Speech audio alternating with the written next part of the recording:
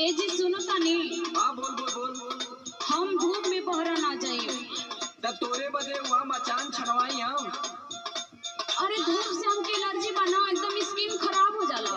अरे हम जाने थे कि तै हॉलैंड से आइली।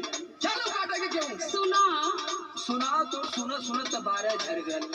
गेहूं काटना करौले बनी सैया फसिया।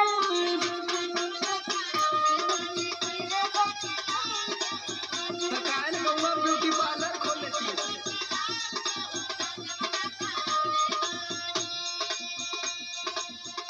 राशन लेके आए कार्ड बनावले पिपियाल। राशन लेके आए कार्ड बनावले पिपियाल। गेहूं काटना